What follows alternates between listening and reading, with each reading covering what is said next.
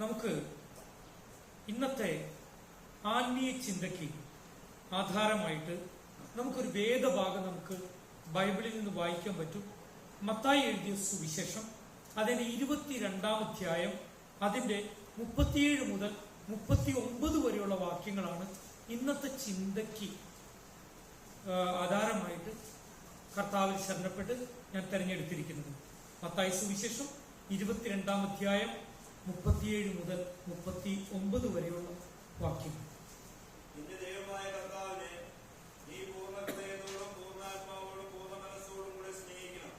ഇതാകുന്നു വലിയതും ഒന്നാമത്തേതുമായ കൽപ്പന. രണ്ടാമത്തേത് അതിനോട് സമം, കൂട്ടുകാരനെ നിന്നെ പോലെ സ്നേഹിക്കണം. ഈ രണ്ട് കൽപ്പനകളിൽ സകല ന്യായപ്രമാണവും പ്രവാചകന്മാരും അടങ്ങിയിരിക്കുന്നു എന്ന് പറഞ്ഞു. ആമേൻ. കർത്താവായ യേശു തന്റെ ഐശ്വര്യ കാലത്ത് ഭൂമിയിൽ വെച്ച് ഒരു ഫരിസയനായ വ്യക്തി വന്ന് ഏതാണ് ഏറ്റവും പ്രാധാന്യമുള്ള കൽപ്പന എന്ന് ചോദിച്ചപ്പോൾ ആ വ്യക്തിയോട് പറഞ്ഞ കാര്യമാണ്, നിന്റെ ദൈവമായ കർത്താവിനെ പൂർണ്ണ ഹൃദയത്തോടും പൂർണ്ണാത്മാവോടും പൂർണ്ണ മനസ്സോടും കൂടെ സ്നേഹിക്കണം. ഇതാണ് ഏറ്റവും പ്രഥമമായിരിക്കുന്ന കൽപ്പന.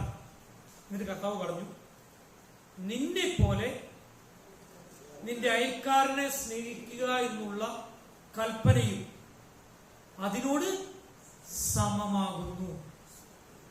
വളരെ അനുഗ്രഹിക്കപ്പെട്ടതായിരിക്കുന്ന ഒരു ഉത്തരമാണ് കർത്താവ് ആ വ്യക്തിയോട് പറയാനായിട്ട് കഴിഞ്ഞു. പ്രിയപ്പെട്ടവരെ, ഇവിടെ കർത്താവായ യേശു പറഞ്ഞ എഴുതിയിരിക്കുന്ന കാര്യത്തിൽ ഈ പ്രധാനപ്പെട്ട 2 കാര്യങ്ങളെ കുറിച്ച് പറയുമ്പോൾ സ്നേഹത്തിന്റെ 2 തലങ്ങൾ നമുക്കിവിടെ കാണുവാനായിട്ട് കഴിയും. നമുക്കറിയാം, ഒന്ന് ദൈവത്തോടുള്ള ബന്ധത്തിലുള്ള സ്നേഹം. ഒരിടത്ത് എഴുതിയിട്ടുണ്ട്, പൂർണ്ണ ഹൃദയത്തോടും പൂർണ്ണാത്മാവോടും പൂർണ്ണ മനസ്സോടും പൂർണ്ണ ശക്തിയോടും കൂടെ. നമ്മുടെ പാലക്കാടുള്ള പാസ്റ്റർ എപ്പോഴും പറയും, ഇത് വളരെ മറ്റുള്ളവരെ സ്നേഹിക്കുന്ന ഒരു വ്യക്തി. ആ സ്നേഹ നിമിത്തമാണ് 6-7 മാസം കൊണ്ട് 60 പേരോളം കൂടി വരുന്ന ഉണ്ടായിരുന്നു. അദ്ദേഹം സ്നാനപ്പെടുത്തിയ 3 പേരുടെ സാക്ഷ്യം തന്നെ കേട്ടപ്പോൾ നമുക്ക് മനസ്സിലായി എങ്ങനെയുള്ളവരെ അദ്ദേഹം കർത്താവിൽ വളർത്തിയെടുത്തത്. തന്നെ തല്ലുവാനായിട്ട് വന്ന, തന്നെ പേരിൽ കേസെടുക്കാൻ വന്ന സബ് ഇൻസ്പെക്ടറെ രൂപാന്തരപ്പെടുത്തിയ ഒരു പാസ്റ്റർ അദ്ദേഹം സ്നാനപ്പെടുത്തിയ ദൈവദാസൻ എന്ന് പറയുമ്പോൾ നമുക്ക് മനസ്സിലാക്കാൻ കഴിയും ആ അവരിലേക്ക് ചൊരിഞ്ഞ സ്നേഹത്തിന്റെയും വിശ്വാസത്തിന്റെയും ആഴം. ഹല്ലേലൂയ. ഞാൻ അദ്ദേഹത്തെ ഓർത്ത് ദൈവത്തെ സ്തുതിക്കും. കഴിഞ്ഞ ദിവസം അദ്ദേഹം എന്നോട് ഇങ്ങനെ പറയുവാനുണ്ട്, നമ്മുടെ ചർച്ച അദ്ദേഹത്തിന്റെ ആ പ്രയർ ഹാളിന്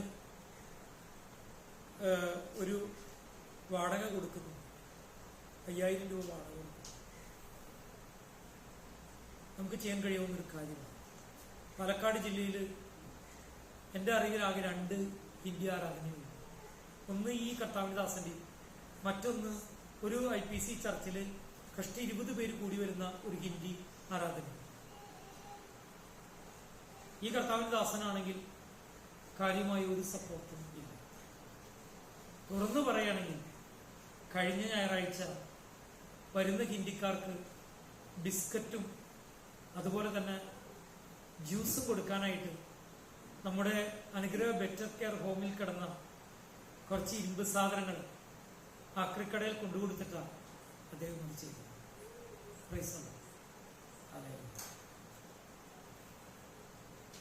ഞാൻ പറയാൻ ആഗ്രഹിച്ച കാര്യം, അദ്ദേഹം എപ്പോഴും പറയും, നമ്മൾ പലപ്പോഴും ദൈവത്തെ സ്നേഹിക്കുന്ന കാര്യത്തിൽ, ദൈവത്തെ ആരാധിക്കുന്ന കാര്യത്തിൽ പൂർണ്ണ ഹൃദയവും പൂർണ്ണ ആത്മാവും പൂർണ്ണ മനസ്സും പൂർണ്ണ ശക്തിയും കൊടുക്കാറില്ല. പലപ്പോഴും നമ്മൾ വളരെ നിശബ്ദമായിട്ടും കൈകളൊന്നും ശരിക്കും അടിക്കാതെയും ഒക്കെ നമ്മൾ ആരാധിക്കുന്നു. നമ്മൾ എന്തോ ഭയങ്കരമായി വരുമ്പോൾ ഏതൊരു പ്രത്യേക വിശുദ്ധ സ്ഥലത്തേക്ക് വരുന്നത് പോലെ നമ്മൾ കാണുന്നത്. നമ്മൾ മുഴുവൻ ഏൽപ്പിച്ചു കൊടുക്കാറുമില്ല. നമ്മുടെ സമർപ്പണത്തിന്റെ പ്രശ്നം കൊണ്ട് സംഭവിക്കുന്ന കാര്യമാണ്. എന്നിട്ട് അദ്ദേഹം പറയും, ഒരാളെ വഴക്ക് പറയുന്ന സമയത്ത്, വീട്ടിൽ നമ്മൾ ബഹളം വെക്കുന്ന സമയത്ത് നമ്മുടെ ശക്തിയൊക്കെ അറിയാണ്ട് പുറത്തു വരും. നമ്മുടെ ശബ്ദം പുറത്തു വരും, നമ്മളുടെ ആക്ഷൻ പുറത്തു വരും, അങ്ങനെ പല കാര്യങ്ങളും പുറത്തു വരും. എന്നാലൊട്ട് ദൈവസഭയുടെ ഉള്ളിൽ നമ്മൾ വളരെ മാന്യരും, നമ്മൾക്കൊരു പ്രത്യേക മാന്യതയാണ് ലഭിച്ചിരിക്കുന്നത്. ഞാൻ നിങ്ങളെ കുറിച്ച് അങ്ങനെ പറയുകയല്ല, കർത്താവ് പറഞ്ഞൊരു കാര്യത്തെ കുറിച്ച് പറഞ്ഞതാണ്. പൂർണ്ണ ഹൃദയം, പൂർണ്ണ ആത്മാവ്, പൂർണ്ണ മനസ്സ്, പൂർണ്ണ ശക്തി, അതുകൂടെ ദൈവത്തെ സ്നേഹിക്കണം. രണ്ടാമത്തെ കൽപ്പന മനുഷ്യനോടുള്ള ബന്ധത്തിലാണ്. അത് കർത്താവ് പറഞ്ഞത് നിന്നെ പോലെ തന്നെ നിന്റെ എന്താ കൂട്ടുകാരൻ എന്ന് കർത്താവ് പിന്നീട് ഇങ്ങനെ പറഞ്ഞു, നിന്നെ പോലെ നിന്റെ അയൽക്കാരനെ സ്നേഹിക്കാൻ പറഞ്ഞു. അയൽക്കാരൻ എന്ന് പറഞ്ഞാൽ നമ്മുടെ വീടിന് 4 ചുറ്റുഭാഗത്ത് 4 വീട്ടുകാർ താമസിക്കുന്നുണ്ട്.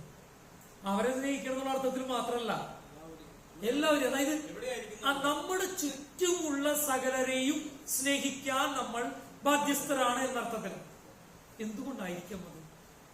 ഇപ്പോ ഞാൻ ഇങ്ങനെ പറയാൻ ആഗ്രഹിക്കുക, ദൈവം മനുഷ്യനെ തന്റെ പ്രതിച്ഛായയിൽ സൃഷ്ടിച്ചു.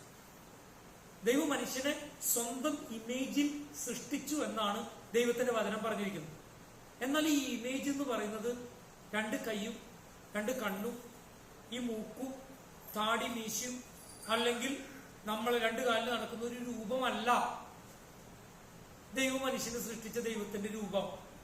പിന്നെ എങ്ങനെയാണെന്ന് ചോദിച്ചാൽ, കഴിഞ്ഞ തവണ നമ്മുടെ കോനൂരിൽ നിന്ന് വരുന്ന ടോമി ബ്രദർ വചന സന്ദേശം പറഞ്ഞപ്പോ എഫെസ്യ ലേഖനത്തിൽ നിന്ന് പറഞ്ഞപ്പോ സ്നേഹത്തിന്റെ ഫലമായ നീതിയും വിശുദ്ധിയിലും ദൈവാനുരൂപമായി സൃഷ്ടിക്കപ്പെട്ട പുതുമനുഷ്യനെ ധരിച്ചുകൊള്ളുക.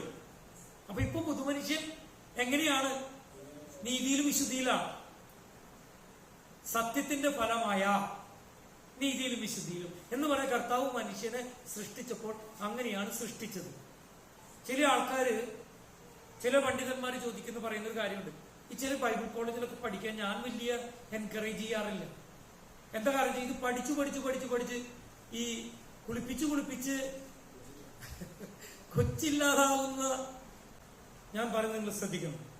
ഞാൻ ബൈബിൾ കോളേജ് പഠിക്കുന്നതിനെതിരല്ല, ഞാൻ എതിരല്ല. ഞാൻ പറഞ്ഞ കോണ്ടസ്റ്റ് എന്താണെന്ന് മനസ്സിലായില്ല. എന്നെ സ്ഥാനപ്പെടുത്തിയ മാർസിൻ ജെ മൊറൈസ് അനേക കോളേജുകളിൽ പഠിപ്പിച്ചിരുന്ന ആളാണ്. ഞാൻ പറഞ്ഞ കാര്യം എന്താണെന്ന് നിങ്ങൾ മനസ്സിലാക്കണം. അതായത് ദൈവത്തിന്റെ വചനം കൃത്യതയോടുകൂടി പറയുന്നുണ്ട് ഇതിനെ കുറിച്ച്. മനുഷ്യനെ ദൈവം സൃഷ്ടിച്ചത് ഒരു പ്രത്യേക കാര്യം പറയാൻ ഞാനിത് വന്നത്. ചില ബൈബിൾ കോളേജ് കഴിഞ്ഞ ആൾക്കാർ എന്നോട് പറഞ്ഞിട്ടുണ്ട്, ദൈവം സൃഷ്ടിച്ച പിശാച് എങ്ങനെയാണ് പാപം വന്നത്? ദൈവത്തിൽ പാപമില്ല, അങ്ങനെയാണെങ്കിൽ പാപത്തെ ദൈവം സൃഷ്ടിച്ചതല്ലേ എന്ന് ചോദിക്കുന്നൊരു ചോദ്യം. ആ ചോദ്യത്തിന് ഉത്തരം പറയാനാണ് ഞാനിത് പറഞ്ഞത്. അല്ലാതെ ഞാൻ ബൈബിൾ കോളേജ് പഠിക്കുന്നവരെ നിരാശപ്പെടുത്താനല്ല. എനിക്ക് വളരെ ദുഃഖമുണ്ട്. ഞാൻ പറഞ്ഞ അർത്ഥം നിങ്ങൾ മനസ്സിലാക്കണം. എന്താ ഞാൻ പറഞ്ഞത്? ഞാൻ പറഞ്ഞ കാര്യം, ദൈവം എന്ത് സൃഷ്ടിച്ചിട്ടില്ല? പാപത്തെ ദൈവം സൃഷ്ടിച്ചിട്ടില്ല. ദൈവം പരിശുദ്ധനായ ദൈവമാണ്. ദൈവം ഒരിക്കലും എന്ത് സൃഷ്ടിച്ചിട്ടില്ല? പാപത്തെ സൃഷ്ടിച്ചിട്ടില്ല. പിന്നെ എങ്ങനെ പാപം ഭൂമിയിലേക്ക് വന്നു? എന്നോട് പല പാസ്റ്റർമാരും, MTH കഴിഞ്ഞ പാസ്റ്റർമാരോട് പറഞ്ഞു, പാപം ദൈവം സൃഷ്ടിച്ചതാണ്, അല്ലാതെ എങ്ങനെ പാപം ഉണ്ടാവും? നിങ്ങളൊരു കാര്യം മനസ്സിലാക്കണം. ദൈവം മനുഷ്യനെ സൃഷ്ടിച്ചപ്പോൾ തന്റെ പ്രതിച്ഛായയിൽ സൃഷ്ടിച്ചു. ഞാനത് പറയാനാണ് ഇത് വന്നത്. ആ പ്രതിച്ഛായ എന്ന് പറയുന്നത് ഒരു ഫ്രീ വില്ലാണ്. എന്താണ്? അതായത് തെറ്റും ശരിയും തിരിച്ചറിയാൻ കഴിയുന്ന സ്വാതന്ത്ര്യം, തെറ്റും ശരിയും തിരിച്ചറിയാൻ കഴിയുന്ന സ്വഭാവത്തിലാണ് മനുഷ്യനെ ദൈവം സൃഷ്ടിച്ചത്.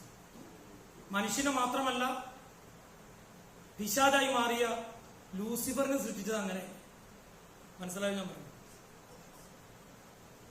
ലൂസിഫറിനെയും സൃഷ്ടിച്ചത് അങ്ങനെ തന്നെ, ഫ്രീ വില്ലോടുകൂടെ.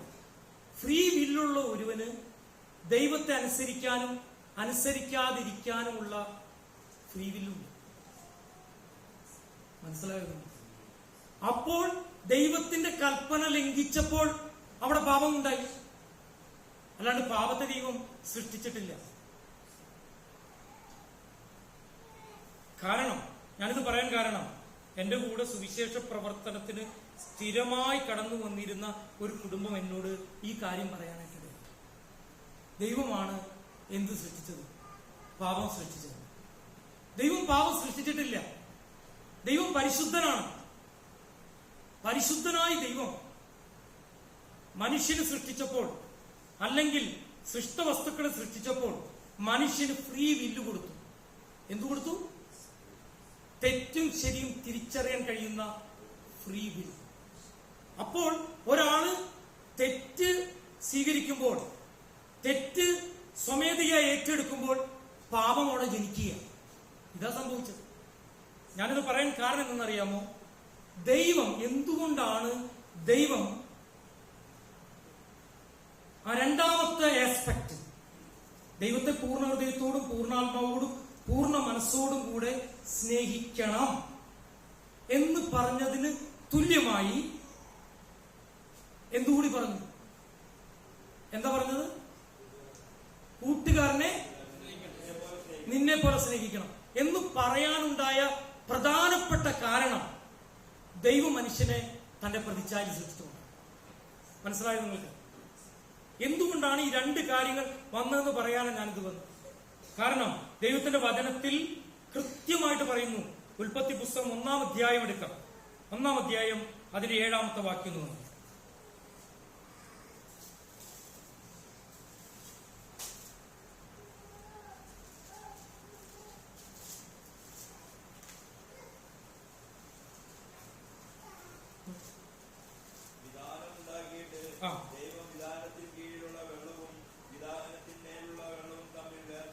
വായിച്ചോളൂ. അങ്ങനെ സംഭവിച്ചു.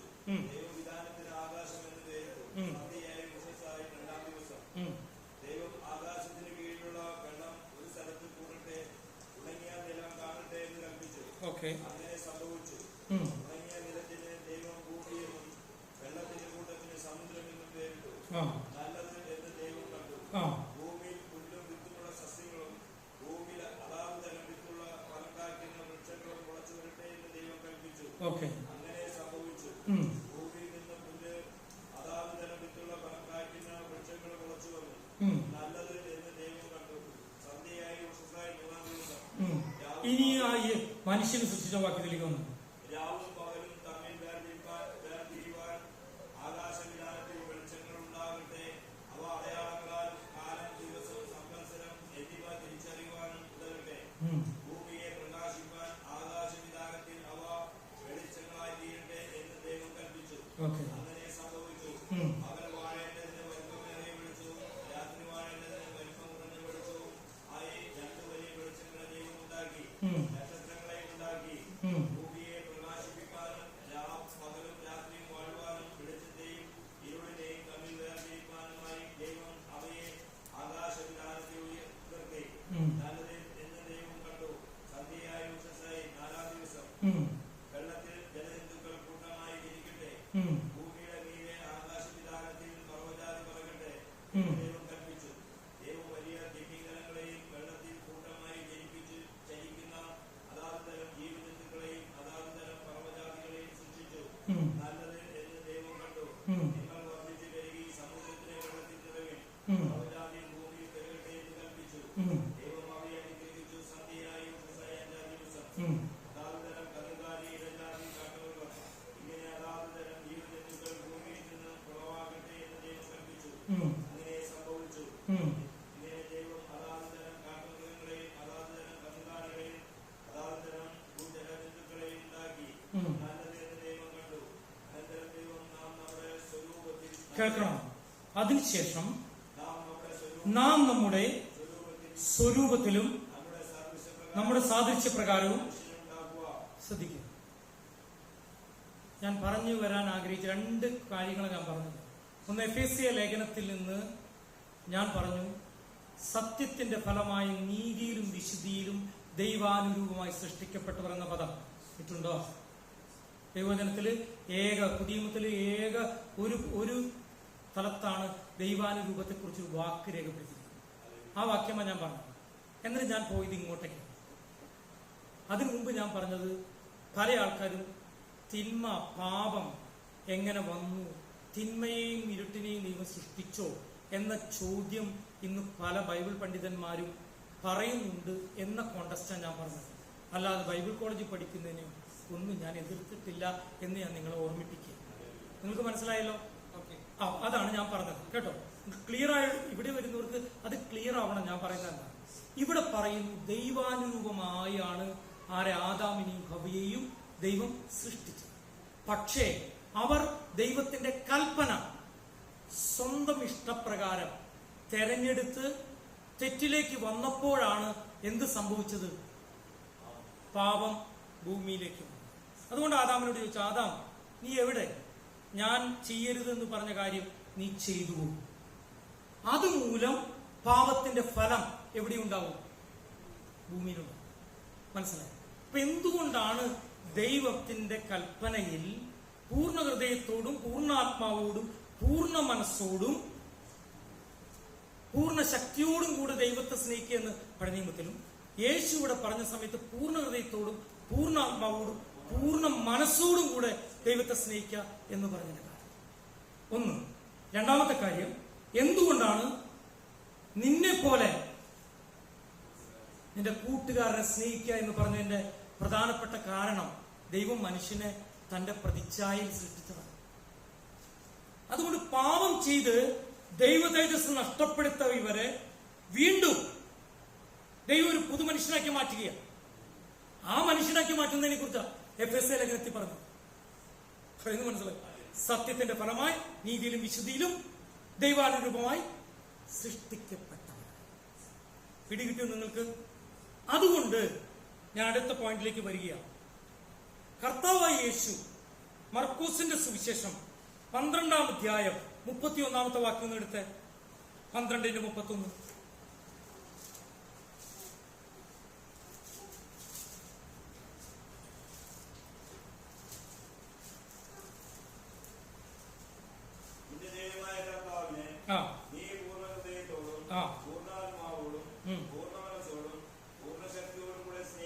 കണ്ടോ, അവിടെ 12-31 പൂർണ്ണ ശക്തിയോടും കൂടി എന്നൊരു വാക്കുകൂടി വന്നിട്ടുണ്ട്. അതിന് വായിക്കൂ.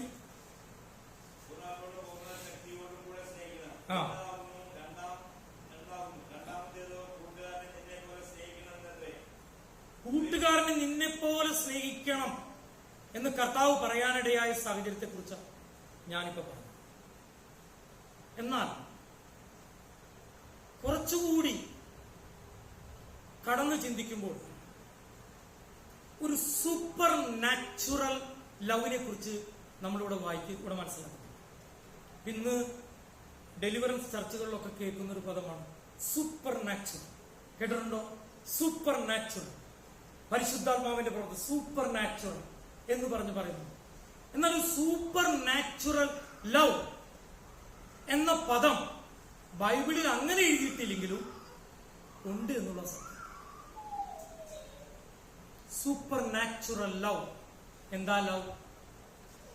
ആ ലവ് ആണ് മത്തായി സുവിശേഷം 5-ാം അധ്യായം 44-ാമത്തെ വാക്യത്തിലേക്ക് ഒന്ന് വായിക്കാം. മത്തായി സുവിശേഷം 5-ാം അധ്യായം 44-ാമത്തെ വാക്യം. ഞാനോ നിങ്ങളോട് പറയുന്നത്, നിങ്ങളുടെ ശത്രുക്കളെ സ്നേഹിച്ച് നിങ്ങളെ ഉപദ്രവിക്കുന്നവർക്ക് വേണ്ടി പ്രാർത്ഥിക്കുക. സ്വർഗ്ഗസ്ഥനായ നിങ്ങളുടെ പിതാവിന് പുത്രന്മാരായി തീരേണ്ടതിന് തന്നെ. ശ്രദ്ധിക്കുക. ഒരാൾക്കും കൂടി ഒന്ന് വായിക്കാമോ? അതൊക്കെ നിങ്ങളുടെ ശത്രുക്കളെ സ്നേഹിപ്പിൻ, നിങ്ങളെ ഉപദ്രവിക്കുന്നവർക്ക് വേണ്ടി പ്രാർത്ഥിക്കുന്നു. അത് വായിക്കും. സ്വർഗസ്ഥനായ നിങ്ങളുടെ പിതാവിന്. നിങ്ങൾ ആ വാക്യത്തിന്റെ പലപ്പോഴും നമ്മൾ ശത്രുക്കളെ സ്നേഹിക്കും എന്നൊക്കെ നമ്മൾ പറഞ്ഞു കേട്ടിട്ടുണ്ടെങ്കിലും അതിനെടുത്ത വാക്യം നമ്മൾ പലപ്പോഴും എന്ത് ചെയ്യും? ചിന്തിക്കാറില്ല. ഇവിടെ കൃത്യമായിട്ട് പറയാ, നാം ദൈവത്തിന്റെ മക്കളെ പോലെ ആയിത്തീരേണ്ടതിന് എന്ത് ചെയ്യണം? ശത്രുക്കളെ സ്നേഹിക്കണം. ഇതാണ് സൂപ്പർ നാച്ചുറൽ ലവ് എന്ന് പറയുന്നത്. കേട്ടോ, ഇതാണ് സൂപ്പർ നാച്ചുറൽ ലവ് എന്ന് പറഞ്ഞു കഴിഞ്ഞാൽ, സൂപ്പർ നാച്ചുറൽ എൻകൗണ്ടർ എന്ന് പറഞ്ഞ് ഇന്ന് ആത്മീയഗോളത്ത് അനേകം നടക്കുമ്പോൾ ഒരു സൂപ്പർ നാച്ചുറൽ ലവിനെ കുറിച്ച് ദൈവവചനം പറയുന്നുണ്ട്. അതെന്താ? അത് നമ്മെ പോലെ നമ്മുടെ അയൽക്കാരെ സ്നേഹിക്കാൻ മാത്രമല്ല, ഈവൻ കർത്താവിനെ സ്നേഹിക്കാത്തവരെ, നമ്മുടെ എനിമീസിനെ, നമ്മുടെ വിരോധികളെ പോലും സ്നേഹിക്കാൻ കഴിയുന്ന സ്നേഹമത്രേ യഥാർത്ഥമായിരിക്കുന്ന ക്രിസ്ത്യാനിയുടെ പ്രത്യേക സ്നേഹം. കർത്താവ് ഒരു കാര്യം ഇങ്ങനെ പറഞ്ഞു. കർത്താവ് ഒരു കാര്യം വളരെ കൃത്യമായിട്ട് പറഞ്ഞു. യോഹന്നാന്റെ സുവിശേഷം 13-ാം അധ്യായം അതിന്റെ 34-ാമത്തെ വാക്യമുണ്ട്. യോഹന്നാന്റെ സുവിശേഷം 13-ാം അധ്യായം 34-ാമത്തെ വാക്യം.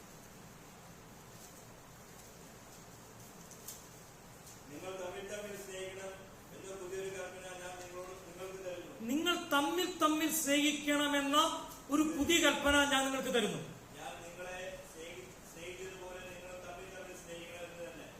ഇവിടെ കർത്താവ് പറഞ്ഞിരിക്കുന്നത് പുറത്തുള്ളവരെ കുറിച്ചാണ്. പിന്നെ ആരെ കുറിച്ചാ? തന്റെ രക്തത്താൽ വീണ്ടെടുക്കപ്പെട്ട തന്റെ ജനത്തെക്കുറിച്ച്, രക്ഷിക്കപ്പെട്ടവരെ കുറിച്ച് അവിടെ രേഖപ്പെടുത്തിയിരിക്കുന്നത്. അവിടെ പറഞ്ഞിരിക്കുന്ന പോയിന്റ് എങ്ങനെ സ്നേഹിക്കണം? തമ്മിൽ തമ്മിൽ സ്നേഹിക്കണം. അതെങ്ങനെയാണെന്നും പറഞ്ഞു. അതൊരു പുതിയ കൽപ്പനയാണെന്നും പറഞ്ഞു. എന്ന് പറഞ്ഞു കഴിഞ്ഞാൽ ഞാൻ നിങ്ങളെ സ്നേഹിച്ചതുപോലെ. ഇപ്പൊ കർത്താവ് ആഗ്രഹിക്കുന്നത് അംഗങ്ങൾ തമ്മിൽ എങ്ങനെ സ്നേഹിക്കണം? ത്യാഗപൂർണമായി സ്നേഹിക്കണം. എങ്ങനെ സ്നേഹിക്കണം? Sacrificial love. സാക്രിഫിഷ്യൽ ലവ്, ത്യാഗപൂർണമായിട്ട് സ്നേഹിക്കാം. ഞാൻ ഇങ്ങനെ ഒരു കഥ കേട്ടിട്ടുണ്ട്. ഒരു പന്നിയും ഒരു കോഴിയും തമ്മിൽ ഒരു സംസാരം. ഇപ്പൊ രണ്ടും ഒരാൾ വളർത്തുന്നതാണ്. ഇപ്പൊ കോഴി ഇങ്ങനെ പറഞ്ഞു, ഞാൻ എല്ലാ ദിവസവും മുട്ടയിടും. ഞാൻ എല്ലാ ദിവസവും എന്റെ യജമാനൻ എന്ത് കൊടുക്കുന്നുണ്ട്? മുട്ടയിട്ട് കൊടുക്കും. അപ്പോ കുറച്ചു നേരം കഴിഞ്ഞു പന്നി എന്ത് ചെയ്യുന്നറിയാം? പന്നി കോഴിയോട് പറഞ്ഞു, ഞാൻ എല്ലാ ദിവസവും മുട്ടയിട്ട് കൊടുക്കുന്നില്ലെങ്കിലും ഞാനൊരു കാര്യം ചെയ്യുന്നു. ഞാൻ എന്റെ യജമാനു വേണ്ടി എന്നെ കൊന്നിട്ട് അവർ സോസേജ് ആയിട്ട്, ഇറച്ചിയായിട്ട്, നെയ്യായിട്ട് ഒക്കെ കഴിക്കുന്നുണ്ട്. ഞാൻ എന്റെ ജീവനെ തന്നെ കൊടുക്കേണ്ടത്. കോഴി എന്താ കൊടുക്കുന്നുള്ളൂ? മുട്ട കൊടുക്കുള്ളൂ. അതിന്റെ ജീവനൊന്നും വലിയ പ്രശ്നമില്ല. ഉണ്ടോ? ഒരു ആത്മീയ അർത്ഥത്തിലേക്ക് നമുക്കൊന്ന് തിരിച്ചു പോരാം. ഞാനീ പറയുന്നത് ശ്രദ്ധിക്കണം. തിരിച്ചു പോരാം. നമ്മൾ ചിലപ്പോൾ ഒരു മുട്ടയൊക്കെ കൊടുക്കണ്ടോ? കോഴിയെ പോലെ. കോഴിയുടെ ജീവന് കുഴപ്പമില്ലാത്ത മാതിരി നമുക്ക് വേറെ പ്രശ്നങ്ങളൊന്നും നമുക്ക് ഉണ്ടാവില്ല. എന്നാൽ ശ്രദ്ധിക്കണം. എന്നാൽ ഈ പന്നി ചെയ്യുന്നെന്താ? താൻ വളരുന്നതും തന്നെ ചെയ്യുന്നത് മുഴുവൻ എന്തിനു വേണ്ടിയാണ്? ജീവൻ തന്നെ കൊടുക്കണം. അപ്പൊ ഇവിടെ കർത്താവ് പറഞ്ഞത്, ഈ സ്നേഹം എന്ന് പറയുന്നത് ഒരു സാക്രിഫിഷ്യൽ ലവ്, പൂർണ്ണമായിട്ട് ഏൽപ്പിച്ചു കൊടുക്കുന്ന ഒരു സ്നേഹം. കേട്ടോ? അതാണ് പുതിയ കൽപ്പനയായിട്ട് കർത്താവ് കൊടുത്തത്. ഈ പുതിയ കൽപ്പന കർത്താവ് കൊടുത്തത് തന്നെ ശിഷ്യന്മാർക്കാണ്. എന്നിട്ട് പറഞ്ഞു, നിങ്ങൾ തമ്മിൽ തമ്മിൽ സ്നേഹിക്കുന്ന നിമിത്തം നിങ്ങൾ എന്റെ ശിഷ്യന്മാരെന്നറിയൂ. കർത്താവ് വേറൊരു കാര്യം കൂടി പറഞ്ഞു, എന്റെ കൽപ്പന പാലിക്കുന്ന നിമിത്തം നിങ്ങൾ എന്നെ സ്നേഹിക്കുന്നു എന്ന്. കേട്ടോ? അപ്പൊ കർത്താവിന്റെ കൽപ്പന അനുസരിക്കുന്നതും തമ്മിൽ തമ്മിൽ സ്നേഹിക്കുന്നതുമായിരിക്കുന്ന ആ ആഴം നമ്മൾ അറിഞ്ഞിരിക്കേണ്ട യാഥാർത്ഥ്യം. അതായത് ഒരു മനസ്സലിവിനേക്കാൾ, ഒരു ദയയേക്കാൾ, ഒരു സഹായത്തെക്കാൾ ഏറെ അപ്പുറത്തേക്കുള്ള ഒരു സാക്രിഫിഷ്യൽ ലവ് നമ്മൾ ചെയ്യാൻ ബാധ്യസ്ഥ. ഞാൻ ഇങ്ങനെ പറയാൻ ആഗ്രഹിക്കുന്നു. ഇന്ന് പലരും പറയാറുണ്ട്, ഞാൻ എന്റെ ജോലി നഷ്ടപ്പെടുത്തി, എന്റെ സമ്പത്ത് വേണ്ടെന്ന് വെച്ചു, ഞാൻ കർത്താവ് പറഞ്ഞപ്പോ ഞാൻ നോർത്ത് ഇന്ത്യയിലേക്ക് പോയപ്പോ എല്ലാം ഉപേക്ഷിച്ച പോയിരുന്നു. ഞാൻ അങ്ങനെയൊക്കെ പറഞ്ഞിട്ടുണ്ട്. പക്ഷെ ഇന്ന് രാവിലെ സമയം ദൈവത്തിന്റെ ആത്മാവ് എന്നെ തിരുത്താനിട്ടുണ്ട്. എന്താ കാരണം? ഒരു രാജാക്കന്മാരുടെ രാജാവ്, സകലത്തിന്റെ ഉദയവൻ, സൃഷ്ടാവായിരിക്കുന്നവൻ, ദൈവമായിരിക്കുന്നവൻ നമ്മോടൊരു കൽപ്പന പറഞ്ഞിട്ട് ആ സ്നേഹത്തിൽ ഊന്നി ആ കർത്താവിന്റെ സ്നേഹത്തെ അറിയാത്ത ജനത്തിന്റെ മധ്യേ ഞാൻ കടന്നു പോകുന്നു എന്ന് പറയുന്ന കൽപ്പന അനുസരിക്കാൻ ഞാൻ എന്ത് നഷ്ടപ്പെടുന്നതും ഞാൻ സാക്രിഫൈസ് ഒന്നും അല്ലത്.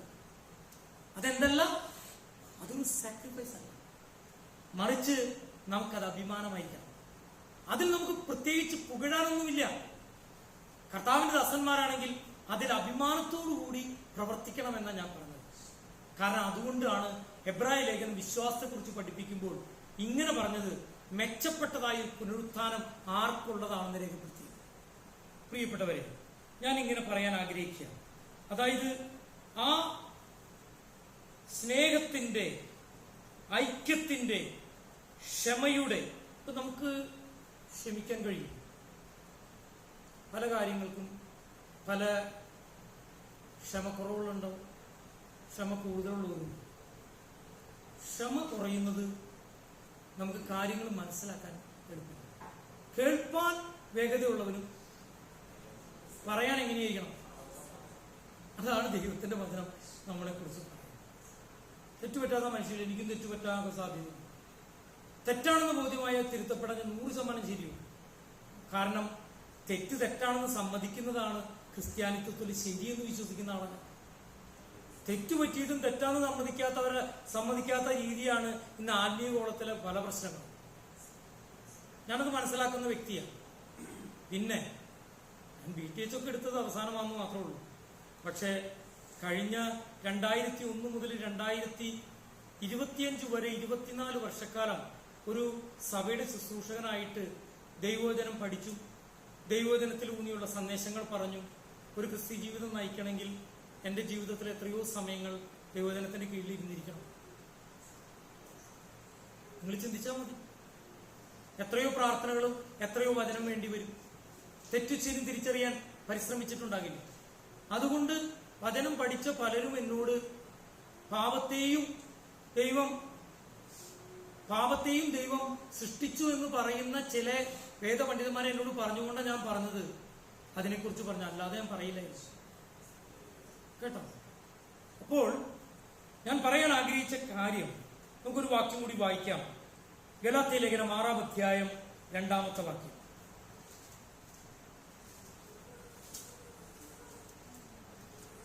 ഗലാത്യ ലേഖനം 6-ാം അധ്യായം 2-ാം വാക്യം.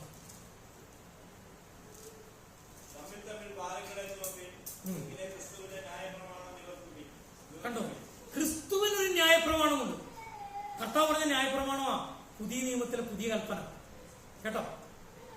ക്രിസ്തുവിന്റെ ന്യായപ്രമാണം ചെയ്യണമെങ്കിൽ ആ സ്നേഹത്തിന്റെ ആഴത്തിൽ നിന്നുള്ള പ്രവൃത്തി നമ്മുടെ ജീവിതത്തിൽ ഉണ്ടാകണമെന്ന്. അതാ സത്യം. അത് ഗലാത്യ ലേഖനം 6-ാം അധ്യായം 2-ാം വാക്യം പറയുന്നു.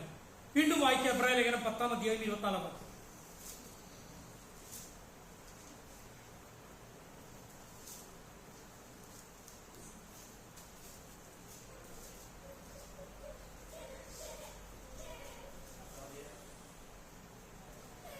എബ്രായ ലേഖനം 10-ാം അധ്യായം 24-ാം വാക്യം. ചിലർ ചെയ്യുന്നത് പോലെ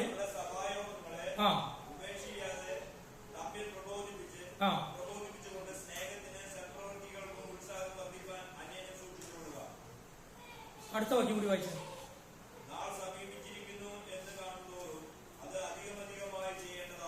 ഞാൻ ഈ ഭാഗം തന്നെ നേരത്തെ വേറൊരു തരത്തിൽ വ്യാഖ്യാനിച്ചിട്ടുണ്ട്. എങ്ങനെയാ അറിയുമോ? കർത്താവിന്റെ വരവ് അടുക്കുന്തോറും നമ്മൾ എന്ത് ചെയ്യണം? കൂടിയവരുടെ എണ്ണം എന്ത് ചെയ്യണം? കൂട്ടണം. അതെന്തിനു വേണ്ടിയാ? അത് പ്രബോധനത്തിനും കർത്താവിന്റെ വരവ് അടുത്തിരിക്കുക. അതുകൊണ്ട് നമുക്ക് വിശ്വാസത്തിൽ ക്ഷയിക്കാനും സ്നേഹത്തിൽ തണുക്കാനും ഒക്കെ സാധിക്കുന്നുണ്ടെന്നാണ് ഈ പറയുന്നത്. ഇവിടെ ഈ വാക്യത്തിൽ പ്രത്യേകം പറയുന്നു, സ്നേഹത്തെക്കുറിച്ച് അവിടെ പറയുന്ന വാക്ക് വായിക്കണം. എന്താ പറഞ്ഞത്? ആ വാക്യത്തിൽ സ്നേഹത്തെക്കുറിച്ച് പറഞ്ഞത്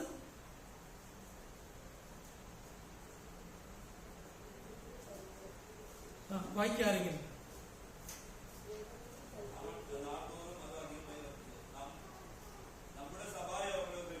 ഉപേക്ഷിക്കാതെ തമ്മിൽ പ്രബോധിപ്പിച്ച്. കണ്ടോ? അവിടെ ആ ഒരു പദം കൂടി അവിടെ ഉപയോഗിച്ചിട്ടുണ്ട്. കർത്താവിന്റെ വരവെടുക്കുമ്പോ വിശ്വാസത്തിന്റെ കുറവ് വരാതിരിക്കാൻ മാത്രമല്ല, സ്നേഹത്തിലും സൽപ്രവൃത്തിയിലും ഉത്സാഹം വർദ്ധിക്കാൻ സഭാ കൂടിവരുകൾ ആവശ്യമാണെന്ന ഈ പറഞ്ഞതിന്റെ കാര്യം. അതിൽ നിന്ന് മനസ്സിലാക്കി ദൈവത്തിന്റെ മക്കള് വളരേണ്ടത് എന്തിലാണ്? സ്നേഹത്തിൽ വളരണം. സ്നേഹത്തിൽ വളരണം. കർത്താവ് ആഗ്രഹിക്കുന്ന ക്രിസ്തീയ ജീവിതം എന്ന് പറയുന്നത് ഒരു സ്നേഹത്തിലുള്ള വളർച്ചയുള്ള ജീവിതം. നമുക്ക് റോമലേഖനം 12-ാം അധ്യായം 15-ാമത്തെ വാക്യം വായിക്കാം. റോമലേഖനം 12:15.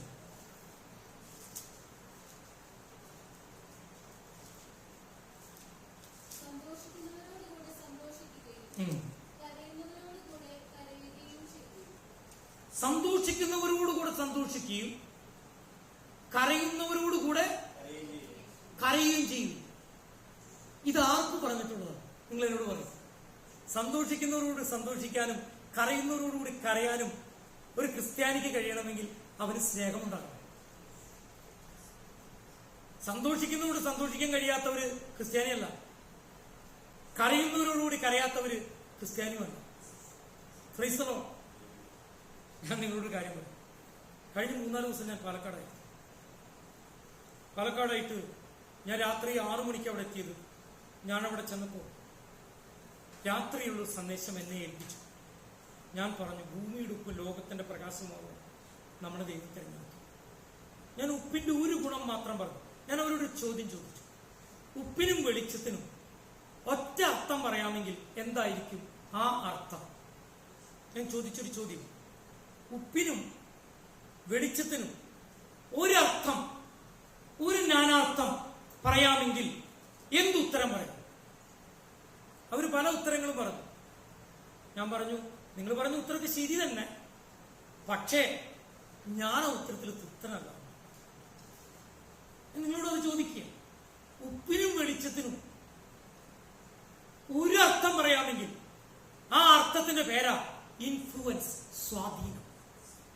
ഇരുട്ടിൽ വെളിച്ചത്തിന് സ്വാധീനമുള്ളതുപോലെ സൈലന്റായി ക്രിസ്തീയ ജീവിതത്തിൽ സ്നേഹമെന്ന ഉപ്പിന് സ്വാധീനമുണ്ട്. പുറത്തറിയില്ല. ഇത് ഞാൻ പറഞ്ഞു.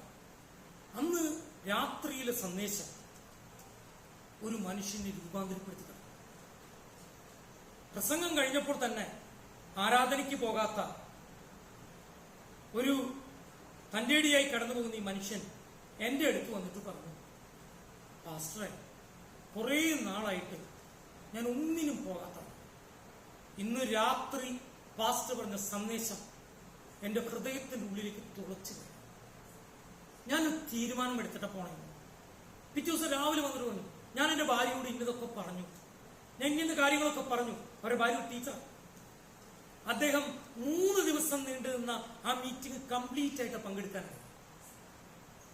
പിറ്റേ ദിവസം നിങ്ങൾ ചിന്തിക്കണം, കാലത്തൊരു മീറ്റിംഗ് ഉണ്ടായിരുന്നു, ഉച്ചയ്ക്കൊരു മീറ്റിംഗ് ഉണ്ടായിരുന്നു.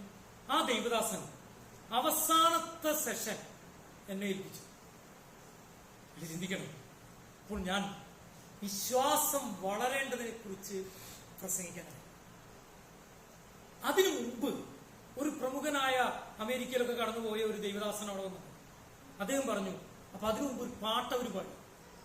ആ പാട്ട് ഇതായിരുന്നു, കർത്താവിൻ സ്നേഹത്തിൽ. ആ പാട്ടില് ഞങ്ങളുടെ വിശ്വാസം വർദ്ധിക്കണേലുണ്ട്. ഇദ്ദേഹം പ്രസംഗിക്കാൻ കയറി വന്നപ്പോൾ തന്നെ പറഞ്ഞു, ആ പാട്ട് ഒരിക്കലും പാടാൻ പാടില്ല, വിശ്വാസം വർദ്ധിക്കാൻ എന്ത് ചെയ്യാൻ പാടില്ല. അപ്പൊ ഞാൻ കാലത്ത് മുതല് ഞാൻ പറഞ്ഞു, ഞാൻ പ്രസംഗിക്കാനല്ല വന്നേക്കണത്, ഞാൻ പ്രാർത്ഥിക്കാനാണ് വന്നേക്കണത്. കാരണം ജനുവരി മാസത്തില് ഈ മേനോൻ പാറയുടെ ചുറ്റുമുള്ള തെക്കും വടക്കും കിഴക്കും പടിഞ്ഞാറുമുള്ള പ്രദേശങ്ങളിൽ അനേകർ കർത്താവിലേക്ക് വരണം, അതിനുവേണ്ടി പ്രാർത്ഥന ആവശ്യമാണ്, മുട്ടിന്മേൽ ഇരിക്കാനാണ് ഞാൻ വന്നേക്കണെന്ന് പറഞ്ഞല്ലേ. അപ്പോ എങ്കിലും എനിക്ക് തോന്നി, ചിലപ്പോ ഇന്നൊരു സന്ദേശത്തിന് എന്നെ പറഞ്ഞാലോ. രാവിലെ മുതൽ പ്രാർത്ഥിച്ചപ്പോൾ കർത്താവ് എന്നോട് ഇടപെട്ടത്, ശിഷ്യന്മാർ വന്ന് ഞങ്ങളുടെ വിശ്വാസം വർദ്ധിപ്പിക്കണം എന്ന് കർത്താവിനോട് പറഞ്ഞ വാക്യമാണ്. അതോർത്ത് ഞാൻ ഹൃദയത്തിൽ ധ്യാനിച്ചും ബ്രേക്ക് ടൈമിൽ ധ്യാനിച്ചിരിക്കുമ്പോഴാണ് എനിക്ക് മുമ്പ് പ്രസംഗിച്ച ഈ ബഹുമാന്യനായ ദേവദാസൻ പറയുന്നത്, ഈ പാട്ട് പാടാൻ പാടില്ല, വിശ്വാസം വർദ്ധിക്കണമെന്ന് പ്രാർത്ഥിക്കാനും പാടില്ല. എന്നെ ഭയങ്കരമായിട്ട് പ്രയാസപ്പെടുത്തി. എന്ത് ചെയ്യണം? ഇനി ഇദ്ദേഹത്തെ പറഞ്ഞുകൊണ്ട് ഇനി മിണ്ടാണ്ടിരിക്കണോ എന്ന് ഞാൻ ചിന്തിച്ചു. പക്ഷെ ദൈവത്തിന്റെ ആത്മാവിനോട് പറഞ്ഞു, നിന്നോട് ഇന്ന് രാവിലെ മുതൽ ഞാൻ സംസാരിച്ച വാക്കിൽ നിന്ന് നീ പ്രസംഗിക്കണമെന്ന് പറഞ്ഞു. അങ്ങനെ നിങ്ങൾ കേൾക്കണം, ദൈവത്തിന്റെ വചനം ഒരു ക്രിസ്ത്യാനിയുടെ മുഖച്ഛായ എന്ന് പറയുന്നത്, ഞാൻ ഉറപ്പിച്ചു പറയാം, ബൈബിൾ കൊണ്ടുവരുന്നതോ ഉറക്കെ കൈയടിച്ച് ആരാധിക്കുന്നതോ ഒരു ബൈബിൾ കോളേജിൽ പോയ ഡിഗ്രിയോ അല്ല. തുറന്നു പറയാ ഞാൻ, അതല്ല. സ്നേഹമാണ്, നിർവ്യാജ സ്നേഹമാണ്, എല്ലാത്തിനും മേലെയുള്ള സ്നേഹമാണ്. ഏറ്റവും വലിയ ആയുധം സ്നേഹമാണ്. കാൽവരി ക്രൂസിലെ സ്നേഹത്തിനാണ് പിശാചിന്റെ പ്രവൃത്തികളെ അഴിപ്പാൻ കഴിയുന്നത്. ഹല്ലേലൂയ. നിങ്ങൾ കേൾക്കണം, എന്റെ ഈ ക്രിസ്തീയ ശുശ്രൂഷയുടെ 97 ഞാൻ വിശ്വാസത്തിൽ വന്നാണ്. 97 അന്ന് മുതൽ ഞാൻ പ്രസംഗിക്കാറുണ്ട്. ഇപ്പൊ 2024 5 എത്ര വർഷം ഞാൻ പ്രസംഗിച്ചിട്ടുണ്ടാവും നിങ്ങൾ ചിന്തിച്ചു. ഏകദേശം 97 മുതൽ നോക്കിയാൽ 97 മുതൽ 2027 വർഷം ഞാൻ പ്രസംഗിച്ച വ്യക്തിയാണ്. സഭാഹോളിനുള്ളിൽ പ്രസംഗിച്ചതിനേക്കാൾ കൂടുതൽ ഞാൻ പബ്ലിക് മീറ്റിംഗിൽ പ്രസംഗിച്ചിട്ടുണ്ട്. മഞ്ഞും മഴയും വെയിലും ഒക്കെ കൊണ്ട് പ്രസംഗിച്ചിട്ടുണ്ട്. പക്ഷേ ഈ കഴിഞ്ഞ ദിവസമാണ് പ്രസംഗത്തിനിടയിൽ ഒരു ഇന്റർഫറൻസ് ഉണ്ട്. അത് ഞാൻ നിങ്ങളോട് തുറന്നു പറയാം, പറയാതിരിക്കാൻ നിവൃത്തിയില്ല. ഞാൻ അവിടെ ഈ വിശ്വാസം വർദ്ധിക്കുന്നതിനെ കുറിച്ച് ഞാൻ പ്രസംഗിക്കുമ്പോൾ ഞാൻ ഇങ്ങനെ പറഞ്ഞു, ശിഷ്യന്മാര് കടന്നു വന്ന് പറഞ്ഞു, ഞങ്ങൾക്ക് ഈ പിശാചിനെ പുറത്താക്കാൻ പറ്റിയില്ല. വെറുതെ പറഞ്ഞു, ഉപവാസത്താലും പ്രാർത്ഥനയല്ലാതെ ഈ ജാതികൾ ഒഴിഞ്ഞുപോയി. കർത്താവല്ലോ നിങ്ങളുടെ അല്പം വിശ്വാസം കണ്ടെത്തുക. അപ്പൊ അവര് ചോദിച്ചു, എന്തെന്ന്? ഞങ്ങളുടെ വിശ്വാസം ചോദിച്ചു. തെറ്റുണ്ടോ? തെറ്റുണ്ടോ? ഇനി തെറ്റായൊരു ചോദ്യമാണെങ്കിൽ പോലും കർത്താവ് നമ്മെ എന്തെങ്കിലും തെറ്റു പറയുമ്പോൾ യാക്കോബിന്റെ ലേഖനത്തിൽ പറയുന്നു, നിങ്ങൾക്ക് അറിവുറോളം നിങ്ങൾ കർത്താവിനോട് ചോദിച്ചുകൊണ്ട് ഭത്സിക്കാതെ നിങ്ങൾക്ക് തരുന്നവനാ സ്വർഗത്തിൽ ചെയ്യും. ഇപ്പൊ അറിഞ്ഞുകൂടാത്ത കാര്യങ്ങൾ ചോദിച്ച ആളാണ് സബദി പുത്രന്മാരുടെ അമ്മ. പുത്രനെ അപ്പുറത്തും നിർത്താൻ പറഞ്ഞു. അപ്പൊ കർത്താവ് പറഞ്ഞു, നീ ചോദിക്കുന്ന നിനക്ക് അറിഞ്ഞുകൂടാ, ആ ചോദ്യം ശരിയല്ല. അവ പറഞ്ഞു, ഞാൻ കുടിക്കാൻ പോകുന്ന ഇത് അവന് കുടിക്കാൻ, അവർ കുടിക്കാൻ പറ്റും, എന്നാലും ഇവിടെ ഇരുത്താൻ പറ്റുമെന്ന് പറയാൻ പറ്റുമോ? അപ്പൊ ചോദ്യം ശരിയല്ല എന്ന് മനസ്സിലായില്ല. പക്ഷെ കർത്താവ് കുറ്റം പറഞ്ഞു ഇല്ല. എന്നാൽ ആ പാലക്കാട് ആ മീറ്റിംഗിന്റെ ഇടയിൽ ഒരാളിരിക്കുന്നുണ്ട്, കടത്ത് മുതലിരിക്കുന്നുണ്ട്. അദ്ദേഹം എന്റെക്കാൾ കുറച്ചുകൂടി ഉയരമുണ്ട്. ഉച്ചയ്ക്ക് ഒരു ബ്രേക്കിന്റെ ടൈമിൽ ഞാൻ അദ്ദേഹത്തെ പരിചയപ്പെട്ടു. അദ്ദേഹം പറഞ്ഞു, ഞാൻ ചോദിച്ചു എന്താ ചെയ്യുന്നത്? ഞാൻ ഒരു അസിസ്റ്റന്റ് പാസ്റ്ററായിട്ട് ഇരിക്കുന്നു. ഓക്കെ. ഞാൻ ചോദിച്ചു എന്തായിരുന്നു ജോലി ചെയ്തത്? ഞാനൊരു തഹസിൽദാരായിരുന്നു. അപ്പോ തഹസിൽദാരായിരുന്ന ഒരു മനുഷ്യനായിരുന്നു. അവസാനത്തെ പ്രസംഗം നടക്കണോ, ഏറ്റവും പരമപ്രധാനമായ പ്രസംഗം നടക്കണം. ആ പ്രസംഗം കഴിഞ്ഞപ്പോൾ അനേകർ കരഞ്ഞു, അനേകർ തീരുമാനമെടുത്തു. ഈ സഭയ്ക്ക് പോകാത്തതായ മനുഷ്യൻ കർത്താവിന്റെ വേലക്കാരനാവാൻ തീരുമാനമെടുത്തു. എന്റെ വിഷയമോ വിശ്വാസം വർദ്ധിപ്പിക്കണം. ഞാനൊരു ചോദ്യം ചോദിച്ചു. കർത്താവ് കടുകുമണിയോളം വിശ്വാസമുണ്ടെങ്കിൽ ഈ മലയോട് മാറാൻ പറഞ്ഞാൽ മാറാൻ പറ്റുന്ന അവിടെ ഒരു വാക്യമുണ്ട്. ഞാൻ ചോദിച്ചു, കടുകുമണിയുടെ പ്രത്യേകത എന്താണെന്ന് പറയുന്നത്? അപ്പൊ പല നമുക്ക് കേൾക്കുന്ന മറുപടികളൊക്കെ പറഞ്ഞു. ഞാൻ പറഞ്ഞു, നിങ്ങൾ പറഞ്ഞ ഉത്തരങ്ങളൊക്കെ കാര്യങ്ങളും ഓക്കെ, പക്ഷെ ഞാൻ ആ ഉത്തരം കൊണ്ട് തൃപ്തനല്ല. കാരണം എന്റെ മെസ്സേജിലേക്ക് വരണം. എന്റെ മെസ്സേജിലേക്ക് വരാനാണ് ഞാൻ ആ കാര്യം പറയുന്നത്. ഞാൻ പറഞ്ഞു, ഒരു കാര്യം ഞാൻ നിങ്ങളോട് പറയണം. അവിടെ ഇങ്ങനെ പറയുന്നുണ്ട്, കടുമണി ചെറിയ വിത്താണെങ്കിൽ അത് വലിയൊരു മരമാകും. അത് അന്ന് കാലത്തുണ്ടായ ഒരു മരമായിരിക്കാം. ഇന്നത്തെ കടുമണിയൊക്കെ ചെറിയ ചെടിയാണ്. അന്ന് മരമായി വളരുമെന്ന് കർത്താവ് പറഞ്ഞിട്ടുണ്ടെങ്കിൽ നിശ്ചയമായിട്ട് മരമായിട്ട് വളർന്നിട്ടുണ്ടാവും. കർത്താവ് പറഞ്ഞു, നുണ പറയില്ല കർത്താവ്. അങ്ങനെയാണെങ്കിൽ ഞാൻ പറഞ്ഞു, കടുകുമണി ഒരു വിത്തും അതിൽ വളർച്ചയുടേതായ ഒരു പൊട്ടൻഷ്യലും ഉണ്ടെങ്കിൽ നമ്മുടെ വിശ്വാസം വർദ്ധിച്ച് വളർന്നു വന്നാലേ ചില അത്ഭുതങ്ങൾ നടക്കുന്നു. പ്രൈസലോ. എന്നിട്ട് ഞാൻ ഒരു കാര്യത്തിൽ എന്ന് പറഞ്ഞു, ആ സീറോ ഫിനിഷ്യൻ സ്ത്രീ കർത്താവ് മറഞ്ഞിരുന്ന ഒരു വീട്ടിൽ കർത്താവ് ഉണ്ടെന്ന് കണ്ടുപിടിച്ച് അവിടേക്ക് വന്ന് തന്റെ മകൾക്ക് ഭൂതോപദ്രവം ഉണ്ടായി എന്ന കാര്യം പറഞ്ഞിട്ട് ഓരോ സ്റ്റെപ്പ് കയറി കർത്താവ് അവസാനം അവളോട് ഇങ്ങനെ പറഞ്ഞു, മകളെ, നിന്റെ വിശ്വാസം വലിയത്, നിന്റെ ഹൃദയത്തിലെ ആഗ്രഹം പോലെ നടക്കട്ടെ. അവിടെ കർത്താവ് പിശാചിനെ പുറത്താക്കല്ല ചെയ്തത്, യേശുവിന്റെ നാമത്തിൽ സൗഖ്യമാക്കല്ല ചെയ്തത്. അവളുടെ വിശ്വാസത്തിന്റെ വളർച്ചയിൽ നിന്റെ ഹൃദയത്തിലെ ആഗ്രഹം സാധിക്കട്ടെ എന്നാ പറഞ്ഞത്. ഞാനത് കൃത്യമായിട്ട് പറഞ്ഞു കൊടുത്തു. അവൾ ആ വീട് കണ്ടുപിടിച്ചു. ഒന്ന്, അവൾ കർത്താവ് എന്ന് വിളിച്ചു.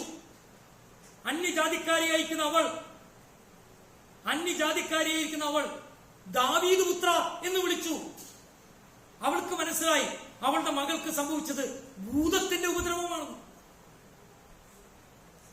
ശിഷ്യന്മാര്, ക്ഷമകെട്ട ശിഷ്യന്മാര് പറഞ്ഞു. ക്ഷമയില്ലാത്ത ശിഷ്യന്മാരൊക്കെ ഉണ്ട്. ഞാനും ക്ഷമയില്ലാത്തവനായിരുന്നു. വിശപ്പ് ബാധിച്ച വിശപ്പ് ഭ്രാന്തനായിരുന്നു. ഒരു ക്ഷമയില്ലാത്ത ആളായിരുന്നു. പക്ഷേ ക്രിസ്ത്യാനിത്വത്തിലേക്ക് വന്നപ്പോ കുറെ ക്ഷമ പഠിച്ചു. ഹല്ലേലൂയ. ഞാൻ പറയുന്നത് നിങ്ങൾ കേൾക്കണം, ഞാൻ പറയുന്നത് നിങ്ങൾ മനസ്സിലാക്കണം. അവൾ ആദ്യം ശിഷ്യന്മാരോട് പറഞ്ഞു, ഞാൻ വന്നിരിക്കുന്നത് ഇസ്രായേലിൽ കാണാവുകയാണ് എന്റെ അടുത്താണ്. പത്രസായിക്കണം പറഞ്ഞേക്കണം എനിക്ക് തോന്നുന്നു. അവളെ എങ്ങനെയെങ്കിലും ഒന്ന് പറഞ്ഞു വിടണേ എന്നോട് വെറുതെ കയ്യോടെ പറഞ്ഞു വിടാനല്ല, അവൾക്ക് ആവശ്യമായി കാര്യം ചെയ്തിട്ട് പറഞ്ഞു വിടുന്ന ഈ പറഞ്ഞതിന്റെ അർത്ഥം. കർത്താവ് മറുപടി പറഞ്ഞു. അത് കേട്ടിട്ട് അവളെന്താ ചെയ്തത്? പുറകെ വീണ്ടും നടന്നിട്ട് കർത്താവ് എന്നെ സഹായിക്കണമേ എന്ന് പറഞ്ഞ് അവനെ ആരാധിച്ചു. ശ്രദ്ധിക്കണം അവളുടെ വിശ്വാസത്തിന്റെ വളർച്ച. അപ്പൊ കർത്താവ് ഇങ്ങനെയും കൂടി പറഞ്ഞു. സാധാരണ എന്നെ സഹായിക്കണേന്ന് ആ സ്ത്രീ പറഞ്ഞപ്പോ നേരെ ആ സ്ത്രീയോട് പറഞ്ഞു. എന്തു പറഞ്ഞു? മക്കൾക്കുള്ളത് എടുത്ത് നായ്ക്കുട്ടികൾക്ക് കൊടുക്കില്ലെന്ന്. നിങ്ങൾ ചിന്തിച്ചു നോക്കണം, എത്ര നിരാശപ്പെടുന്ന നെഗറ്റീവായിരിക്കുന്ന ഒരു വാക്ക്. അവളെ എന്താ ചെയ്തത്?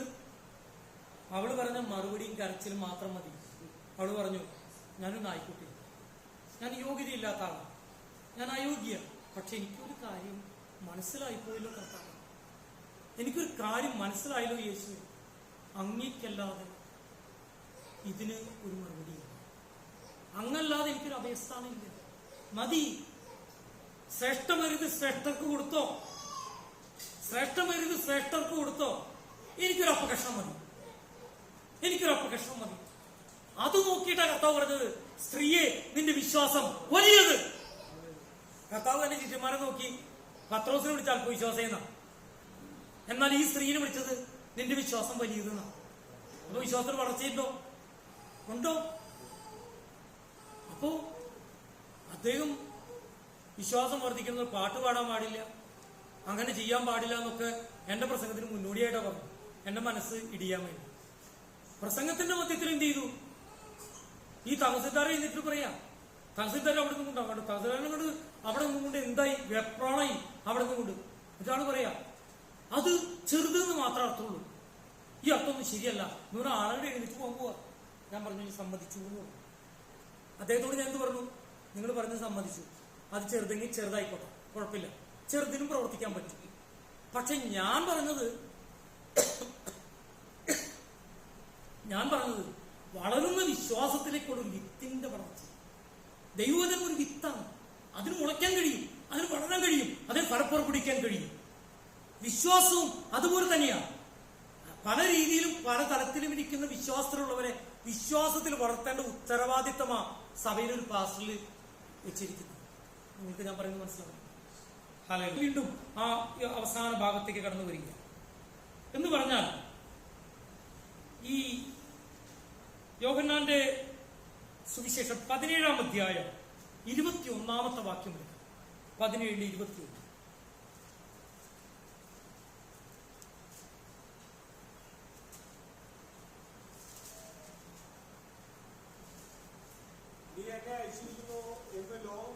നീ എന്നെ അയച്ചിരിക്കുന്നു എന്ന് ലോകം വിശ്വസിപ്പാൻ അവരെല്ലാവരും ഒന്നാകേണ്ടതിന് പിതാവ് നീ എന്നിലും ഞാൻ നിന്നിലുമാകുന്നത് പോലെ അവർ തമ്മിലാകേണ്ടതിന് തന്നെ.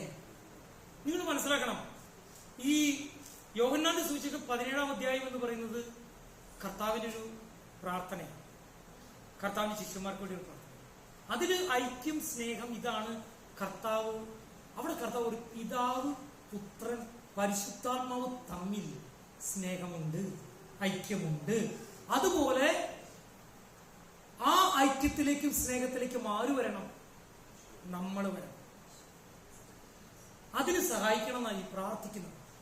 എന്ന് പറഞ്ഞാൽ ഒരു യഥാർത്ഥ സ്നേഹം എന്ന് പറയുന്നത് അത് പരിശുദ്ധാത്മാവിന്റെ പ്രവൃത്തിയത്രേ. ഞാൻ അതുകൊണ്ട് ആ വാക്യം ഉപയോഗിച്ചത് സൂപ്പർ നാച്ചുറൽ ലവ്. നമുക്ക് സാധാരണ ഇതിൽ പറ്റില്ല. നമുക്ക് ക്ഷമയുണ്ടാവില്ല, നമ്മൾ ദേഷ്യപ്പെടും, നമുക്ക് നോക്കുമ്പോൾ നമുക്ക് ദേഷ്യപ്പെടും, നമ്മൾ തിരിച്ചു ശബ്ദിക്കും. പക്ഷേ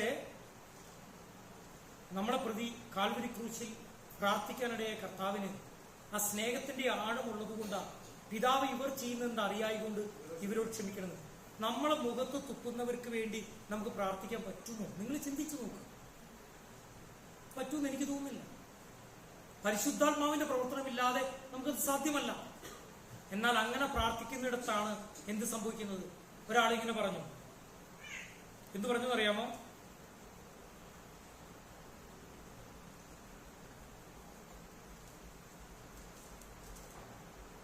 ഇന്ത്യയിൽ സുവിശേഷകർ സുവിശേഷം അറിയിച്ചതിനേക്കാൾ കൂടുതൽ ശക്തിയോടുകൂടെ മരിച്ചുപോയ അല്ലെങ്കിൽ കൊല്ലപ്പെട്ട ഗ്രഹാം സ്റ്റീൻസിന്റെ വിധവയായ ഗ്ലാഡീസിന്റെ ഒരു വാക്കിന് ഇന്ത്യയിലെ ജനത്തെ സ്വാധീനിക്കാൻ കഴിയും. എന്തായിരുന്നു ആ വാക്ക്? ദാരാ സിംഗിനോട് ഞാൻ ക്ഷമിക്കുന്നു. കേട്ടോ, ദാരാ സിംഗിനോട് ഞാൻ ക്ഷമിക്കുന്നു. ഒന്ന് ആലോചിച്ച് നോക്കണം. ഒരു യഥാർത്ഥ ക്രിസ്ത്യാനിയുടെ സ്നേഹത്തിന്റെ ആൾ, ക്ഷമിക്കുന്ന സ്നേഹം. ദൈവത്തിന്റെ പരിശുദ്ധാത്മാവിന്റെ ഫലത്തിലുള്ള ഒരു പ്രധാനപ്പെട്ട കാര്യമാണ് സ്നേഹം എന്ന് പറയുന്നത്. ശരിയല്ല?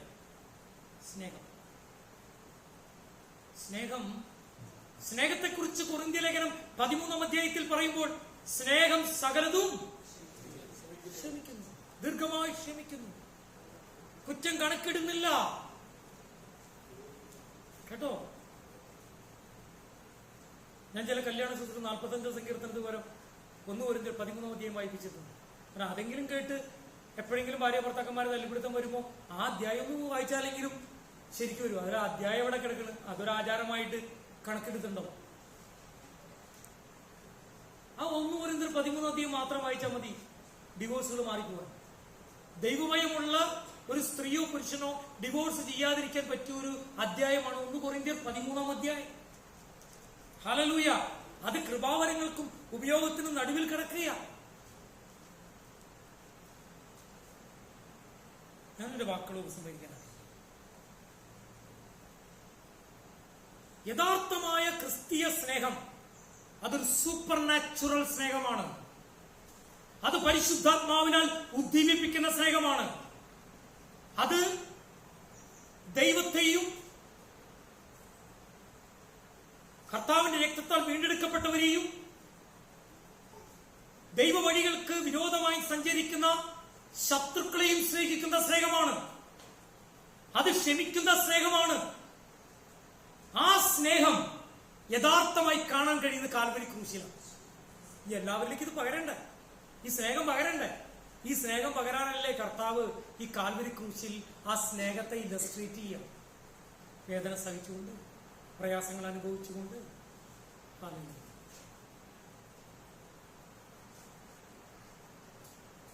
അതുകൊണ്ട് തന്നെയാ കർത്താവ് പറഞ്ഞത്, നിങ്ങൾ എന്റെ സുവിശേഷവുമായി എവിടേക്ക് പോകണം? അതായത് ജെറൂസലമിലും യഹൂദയിലും സമറിയയിലും ലോകത്തിന്റെ അറ്റത്തോളം എന്റെ സാക്ഷിയാണ്. ഇംഗ്ലീഷ് ആരാധനയിൽ ഷജി ബ്രദർ ഇങ്ങനെ പറഞ്ഞു, ഒരു മനുഷ്യന്റെ ഹൃദയത്തിന് എത്രായിരം കിലോമീറ്റർ പറഞ്ഞു. ആ കിലോമീറ്റർ വ്യാസവും കൈകൾക്ക് എത്രയോ കിലോമീറ്റർ പറഞ്ഞു. അത്രയും കിലോമീറ്റർ സർക്കംഫറൻസ് ഉണ്ടെങ്കിലാണ് ഒരു ക്രിസ്ത്യാനിയാവുന്നത്. എന്ന് പറഞ്ഞാൽ ഈ ഹൃദയത്തിന് ഭൂമിയുടെ പെരിമീറ്റർ അത്രയും ഹൃദയവിശാലത ഉണ്ടാവണം. അതുപോലെ സുവിശേഷത്തിന്റെ ബൗണ്ടറി എന്ന് പറയുന്നത് മനുഷ്യൻ വസിക്കുന്ന അത്രയും കിലോമീറ്റർ ഉണ്ടാവണം. എന്നാലേ അവർ ക്രിസ്ത്യാനിയാവുന്നുള്ളൂ. ഇന്ന് ചിലപ്പോൾ ചാലക്കുടിയിലായിരിക്കും സുവിശേഷം അറിയണം, അല്ല, ഇന്ന് ചിലപ്പോ ബാംഗ്ലൂരായിരിക്കും, ഇന്ന് ചിലപ്പോ ഏതെങ്കിലും സ്ഥലത്തായിരിക്കും. പക്ഷെ നിന്റെ സ്നേഹത്തിന് that should be unlimited, infinite ആയിരിക്കണം. അപ്പൊ ദൈവം അടുത്തപടിയായിട്ട് നമ്മെ ഉപയോഗിക്കും കേട്ടോ. അപ്പൊ അതുകൊണ്ട് യഥാർത്ഥത്തിൽ നമ്മുടെ സ്നേഹം എന്ന് പറയുന്നത് നമ്മുടെ സാക്ഷ്യമായിരിക്കും. സ്നേഹം എന്ന് പറയുന്നത് സാക്ഷ്യമായിരിക്കണം. ഈ സ്നേഹമാണ് സുവിശേഷമായി മാറുന്നത്. ഈ യേശുവാണ് സ്നേഹം. God is love. ഈ സ്നേഹമാണ് നാം പ്രസംഗിക്കേണ്ടത്. അതുകൊണ്ടാണല്ലോ ഈ നട്ടുച്ച സമയത്ത് കർത്താവ് സമറിയക്കാരിയോട് ചെയ്തു, സമറിയക്കാരിയും ചെയ്തു, അവള് സുവിശേഷിക്കുകയും. മാത്രമല്ല കർത്താവ് തീരുമാനം എടുത്ത് തന്നെ ഇവിടേക്ക് പോയി, അക്കരയ്ക്ക് പോകാന്ന് പറഞ്ഞ് ആ പിശാച് ബാധ്യതനെ എന്താക്കി മാറ്റി, ഒരു സുവിശേഷം. അതുപോലെ കൊച്ചു കൊച്ചു കാര്യങ്ങൾ നമ്മുടെ ജീവിതത്തിൽ നടക്കുന്നതുകൊണ്ടല്ലേ ഒരു നട്ടുച്ച സമയത്ത് നമ്മൾ പോയി പ്രസംഗിച്ച പ്രസംഗം കേട്ട് ഒരാള് രക്ഷിക്കപ്പെട്ട് സ്നാനമേൽക്കാനിടെ ചെയ്ത്. ഹല്ലേലൂയ. എന്തുകൊണ്ട്? നമ്മുടെ വല്ല കഴിവുകൊണ്ടാണോ? ഒരിക്കലുമല്ല. പ്രസംഗത്തിന്റെ പോഷത്വം. പക്ഷെ പ്രസംഗം എന്ന് പറയുന്നത്, സുവിശേഷം എന്ന് പറയുന്നത് ഒരുവനെ രക്ഷിക്കപ്പെടാനുള്ള ദൈവശക്തി ഉള്ളതാണ്. അതിൽ കർത്താവിന്റെ സ്നേഹമുണ്ട്, ആ പൊട്ടൻഷ്യലുണ്ട് സുവിശേഷം. അതുകൊണ്ട് ഞാൻ ഇന്ന് പറയാൻ ആഗ്രഹിച്ച കാര്യം, ക്രിസ്ത്യാനിയുടെ മുഖമുദ്ര എന്ന് പറയുന്നത് സ്നേഹമാണ്. അത് ക്ഷമിക്കുന്ന സ്നേഹമാണ്, അത് ദൈവത്തോടുള്ള സ്നേഹമാണ്, ദൈവസഭയിലുള്ളവരോട് സ്നേഹമാണ്, അത് അന്യരും പരദേശികളും എനിമീസായ ആൾക്കാരോടുള്ള സ്നേഹം. അതുകൊണ്ട് ആ സ്നേഹത്തിന്റെ ദൂതുവാഹികളായി മുന്നോട്ട് പോയാൽ നിശ്ചയമായിട്ടും അവര് നമ്മെ കുറിച്ച് പറയും, ഇയാളൊരു ക്രിസ്തുവിന്റെ ശിഷ്യനാണ്. അത് നമുക്ക് സാധിക്കും. ഇന്ന് പകൽക്കാലം ആ സ്നേഹത്തിന് വേണ്ടി നമ്മെ തന്നെ ഏൽപ്പിച്ചു കൊടുക്കുക. അത് പരിശുദ്ധാത്മാവിന്റെ ഒരു പ്രവർത്തനം. ഒരു പാസ്റ്ററോട്, മരിക്കാൻ കിടന്നൊരു പാസ്റ്റർ പറഞ്ഞു, പ്രാർത്ഥിച്ചിട്ട് പറഞ്ഞു, നിന്നെക്കുറിച്ച് ദൈവത്തിന് വലിയൊരു പദ്ധതിയുണ്ട്. നീ വഴി ഒത്തിരി സഭകളുണ്ടാവും, പക്ഷേ ഒരു തടസ്സം നിന്നില്ല, ക്ഷമിക്കാത്തൊരു മനസ്സ്, ആത്മനിയന്ത്രണമില്ലാത്തൊരു മനസ്സ്. ഇയാൾ ചോദിച്ചു, ഞാൻ എന്താ ചെയ്യേണ്ടത്? നീ ക്ഷമിക്കേണ്ടവരോട് ക്ഷമിക്കണം. ഞാൻ ആരോട് ക്ഷമിക്കും? ഉടനെ പറഞ്ഞു, നീ ഒരു പാസ്റ്ററോട് ക്ഷമിക്കണം. എനിക്ക് പാസ്റ്റർമാരോട് ആരോടും വിരോധമില്ലാന്ന് പറഞ്ഞു. അപ്പൊ ഇയാൾ ഒന്നുകൂടി മരണാസന്നനാണ് കേട്ടോ. ഇയാൾ ഒന്നുകൂടി പ്രാർത്ഥിച്ചിട്ട് പറഞ്ഞു, ഇല്ല, ഇന്ന ആളുടെ പേര് കാണിക്കുന്നത് അയാളോട് ക്ഷമിക്കും. കാര്യം നേരത്തെ ഉള്ളിലൊക്കെ ക്ഷമിച്ചു എന്ന് പറഞ്ഞിട്ട് ആളുമായിട്ട് കൈ പോലും കൊടുക്കാണ്ട് 3 കിലോമീറ്റർ അകലെയുള്ള ഈ പാസ്റ്ററോട് ഉള്ളിൽ വിദ്വേഷം വെച്ച് നിൽക്കുകയാണ്. ദൈവത്തിന്റെ വലിയ പ്രവൃത്തി നടക്കാനാണ് ഇയാളെ തെരഞ്ഞെടുത്തത്. തടസ്സം എന്താണ്? കുഞ്ഞ് തടസ്സം. ഈ വെള്ളമൊക്കെ പണ്ട് കാലത്ത് ഈ നമ്മള് കുഞ്ഞച്ചന്റെ വീട്ടിലുണ്ടായിരുന്നു. വെള്ളമൊക്കെ നമ്മൾ തോടുക്കെടുക്കും. ഇടയ്ക്ക് 2 പ്ലാവില വന്നു കഴിഞ്ഞാൽ ചിലപ്പോ വെള്ളം അത് മതി, വെള്ളം വേറെ സ്ഥലത്തേക്ക് പോകും. 2 ഇലക്കി കഴിയുന്നോ പറയണേ. ഇയാളോട് പറഞ്ഞു, നിങ്ങൾക്ക് തടസ്സമുണ്ട്, ഇന്ന ആളോട് എന്ത് ചെയ്യണം? ക്ഷമിക്കണം, സ്നേഹത്തിലാവണം. അപ്പൊ ഇയാളെന്ന് വെച്ച് കഴിഞ്ഞാൽ ഇയാളെ സ്കൂട്ടർ എടുത്തുകൊണ്ട് പോകും, 3 കിലോമീറ്റർ പോകും, അവിടെ വരെ തിരിച്ചു വരും, കാണില്ല. ഇങ്ങനെ ഒരു 6-7 പ്രാവശ്യം ഇയാൾ പോയി. പിന്നെ ഇയാൾക്ക് തോന്നി, ഇത് പറ്റണില്ലല്ലോ ദൈവമേ, എനിക്ക് ഇയാളുടെ മുഖം കാണും, ഇയാൾ അന്ന് ചെയ്തത് കാണുന്നു, ഇയാള് അതിശയിപ്പിച്ചത് കാണുന്നു, എനിക്ക് ഭയങ്കര പ്രയാസം. ഇയാളെന്തെങ്കിലും അറിയാമോ? 3 ദിവസം ഉപവസിക്കാൻ തീരുമാനിച്ചു. എന്തിനു വേണ്ടി? വേറൊരു കാര്യം കിട്ടാനല്ല. എന്തിനു വേണ്ടി? ക്ഷമ ചോദിക്കാൻ, സ്നേഹിക്കാൻ. കേട്ടോ, 2 കാര്യത്തിന് വേണ്ടി അദ്ദേഹം ഉപവസിച്ചു. വേറൊരു നന്മയ്ക്ക് വേണ്ടിയല്ല, ക്ഷമിക്കാൻ. അങ്ങനെ അദ്ദേഹം പ്രാർത്ഥിച്ച് പരിശുദ്ധാത്മ നിറവോടുകൂടി അദ്ദേഹത്തിനടുത്തിരുന്നു.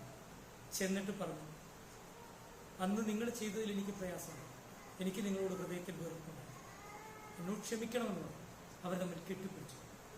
തമിഴ്നാട്ടിൽ ഏകദേശം 150ഓളം സഭകൾ സ്ഥാപിക്കാൻ ഈ ദൈവദാസനെ ദൈവം ഉപയോഗിച്ചു. തടസ്സം എന്തായിരുന്നു? നമ്മൾ വിചാരിക്കുന്നത് പല രോഗങ്ങളെയും കാരണം ക്ഷമിക്കാത്ത മനസ്സ്. ഈ ഡിവൈൻ ധ്യാന കേന്ദ്രം വളർന്നതിന്റെ പിന്നിൽ ഈ ഒരു കുട്ടൻസ്. ആദ്യകാലത്ത് ആൾക്കാർ വരുമ്പോൾ പറയും, നിങ്ങൾക്ക് ഇന്ന ആളോട്, ഇവർ കൗൺസിലർമാരെ കണ്ണടച്ചുകൊണ്ട് ഇങ്ങനെ പറയും, നിങ്ങൾക്ക് ഇന്ന ആളോട് വഴക്കുണ്ട്, അവരോട് ചെന്ന് പറയണം.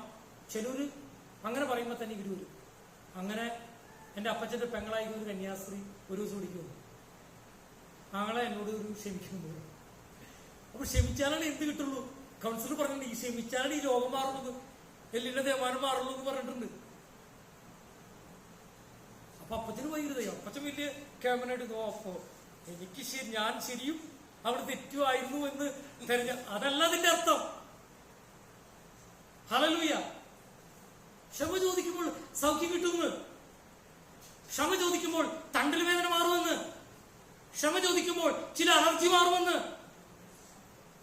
നിങ്ങൾക്ക് വേണമെങ്കിൽ വിശ്വസിച്ചോ, വേണമെങ്കിൽ വിശ്വസിച്ചോ. ക്ഷമിക്കുന്ന സ്നേഹം എക്സസൈസ് ചെയ്യാൻ പറ്റോ? രോഗങ്ങളിൽ നിന്ന് മാറുമെന്ന് ഞാൻ കാണിച്ചു തരാം. ഹല്ലേലൂയ. ആന്ധ്രയിൽ വെച്ചൊരു സ്ത്രീയോട് പ്രാർത്ഥിക്കാൻ പറഞ്ഞു തണ്ടൽ വേദനയായിട്ട്. ഞാൻ പ്രാർത്ഥിച്ചപ്പോൾ സദൃശവാക്യത്തിലെ ഒരു വാക്യം കിട്ടി, നല്ല വർത്തമാനം അസ്ഥികളെ തണുപ്പിക്കുന്നു. ഈ സ്ത്രീ നല്ല വർത്തമാനം പറഞ്ഞു നടക്കുന്നവളല്ല എന്നെനിക്ക് മനസ്സിലായി. നമ്മൾ എല്ലാ ദിവസവും സുവിശേഷം അറിയിക്കണം, ആ നല്ല വർത്തമാനം. അവർ അംഗീകരിച്ചു, ആൾക്കാർക്ക് ചിരിച്ചു. അവസാനം എന്നോട് ചോദിച്ചു, ഞാൻ ചോദിച്ചു എന്താ നിങ്ങൾ ചിരിച്ചു? അവർ ഏതെങ്കിലും ഈ ഗ്രാമത്തിൽ ഒരു സ്ത്രീ എങ്ങാനും വിഴച്ചു പറ്റോ, എന്തെങ്കിലും പ്രശ്നം ഉണ്ടായോ, അത് ഈ ഗ്രാമത്തിലും അടുത്ത ഗ്രാമത്തിലൂടെ 3-4 ഗ്രാമങ്ങളിൽ അത് പരസ്യമാക്കുന്ന സ്ത്രീയാണ്. അതാണ് അവരുടെ സ്വഭാവം, അതാണ് അവരുടെ തണ്ടൽ വേദനയുടെ രഹസ്യം. ഹല്ലേലൂയ. ഞാൻ പറഞ്ഞ നിങ്ങൾ മനസ്സിലാക്കണം. ഹല്ലേലൂയ. അതുകൊണ്ട് നമ്മുടെ ജീവിതത്തിൽ ചില തീരുമാനങ്ങൾ എടുക്കണം.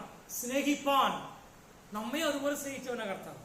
അതുകൊണ്ടാണല്ലോ പാട്ടുകാരൻ ഇങ്ങനെ പാടും, അതിരുകളില്ലാത്ത സ്നേഹം, ദൈവസ്നേഹം, നിത്യസ്നേഹം, അളവുകളില്ലാത്ത സ്നേഹം, ദൈവസ്നേഹം, നിത്യസ്നേഹം. ദൈവത്തെ ഞാൻ മറന്നാലും ആ സ്നേഹത്തിൽ നിന്നകന്നാലും, ദൈവത്തെ ഞാൻ മറന്നാലും ആ സ്നേഹത്തിൽ നിന്നകന്നാലും, അനുകമ്പാർദ്ര ഹൃദയമെപ്പോഴും എനിക്കായി തുടിച്ചിടുന്നു, എന്നെയോ മറയാ കരുതുന്നു, അതിരുകളില്ലാത്ത സ്നേഹം, ദൈവസ്നേഹം, നിത്യസ്നേഹം. അമ്മ എന്നെ മറന്നാലും ഈ ലോകമെന്നെ വെറുത്താലും, അമ്മ എന്നെ ഈ